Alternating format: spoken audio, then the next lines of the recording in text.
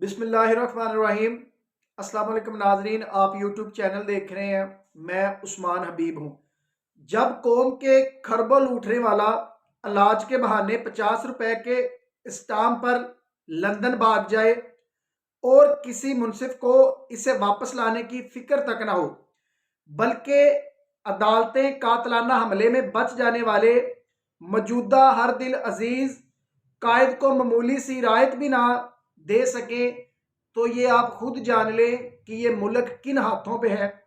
इस मुल्क को कौन लीड कर रहा है, इस मुल्क को कौन चला रहा है। सबसे पहले हम बात करेंगे इमरान खान साहब की कि एटीसी ने इमरान खान की जो दरख्वास्त जमानत है वो मुस्तरद कर दी है और साथ ही ये हुक्म भी दे दिया है कि इमरान खान को गिरफ्तार कर लिया जाए।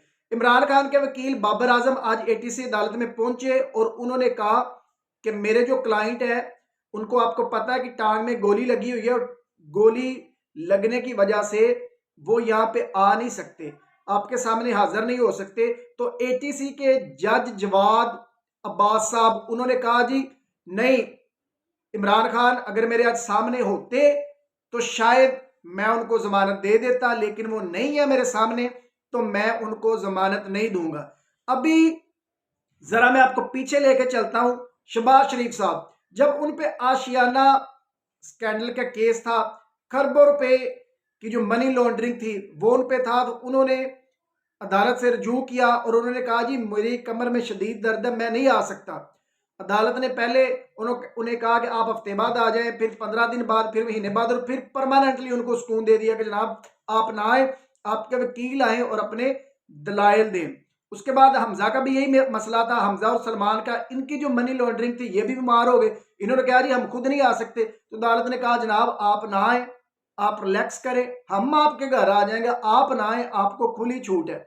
उसके बाद नवाज शरीफ का सबको पता है कि अदालतों ने 50 रुपए के स्टाम्प के बस स्टाम्प लिया और मियाँ साहब को बाहर जाने दिया। वही मियाँ साहब जिसके प्लेटलेट्स गिर रहे थे और बाहर जाके वो केएफसी इंजॉय कर रहा है और बाहर जाके वो अवाम के लूटे हुए पैसों से बड़े मजे से बैठा हुआ है। तो आज इमरान खान साहब को जो जस्टिस है जवाद अब्बास, उन्होंने कहा जी इमरान खान को गिरफ्तार कर ली। उन्होंने हुक्म तो दे दिया, लेकिन हिम्मत की बात तो तब है कि आपकी पुलिस, आपकी कमांडोज, आपकी आर्मी ये जाए और इमरान खान को गिरफ्तार करके दिखाएं। उनके कारकुनान तो अभी जमान पार्क में पहुंच गए होंगे और इतना एटीसी में अमला नहीं होगा जितने कारकुनान अभी पहुंच गए होंगे। अब मुझे लगता है कि कुछ देर पहले, अब जब मैं वीडियो रिकॉर्ड कर रहा हूं, इससे कुछ 5-10 मिनट पहले आपने ये हुक्म जारी किया है, आपने दरखास्त जमानत मुस्तरद कर दी और कहा इमरान खान को गिरफ्तार कर ले।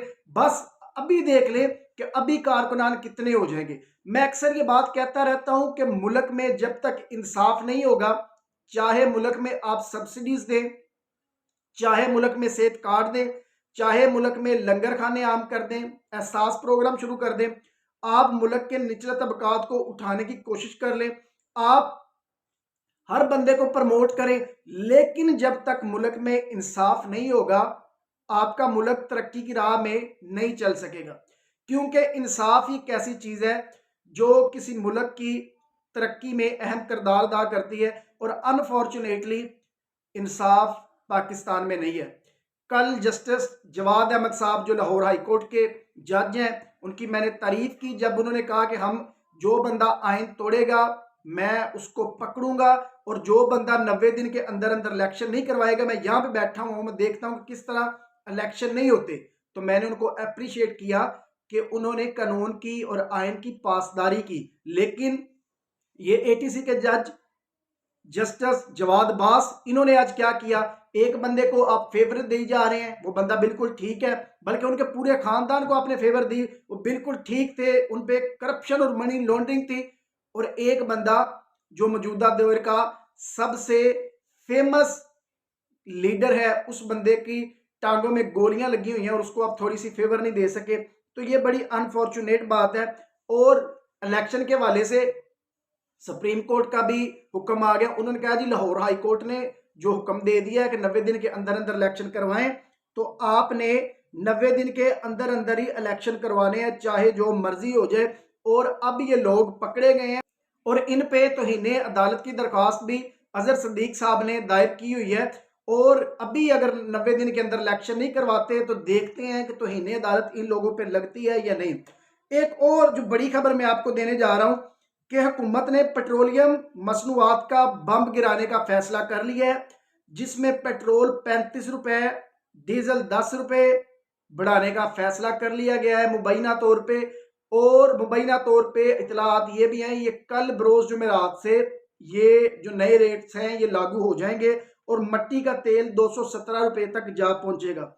इन इजाफों से 880 रुपए हासिल करने हैं इन लोगों ने, जो इन्होंने IMF से शराइत रखी हैं।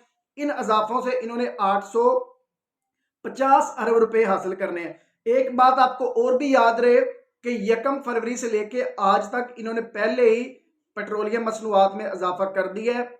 अभी आपकी बिजली रहेगी, बिजली भी 4-5 रुपए यूनिट ये बढ़ा रहे हैं। जो आपका खाने पीने की अशियाँ है, जिस तरह के कुकिंग ऑयल, आपका नहाने का साबुन, shampoo, each and everything in लोगों ने बढ़ा दी हुई है। लोगों का जीना मुहाल कर दिया हुआ है और लोग इनसे अब बेतहाशा तंग आ चुके हैं। अब तक के लिए इतना ही। अल्लाह हाफिज।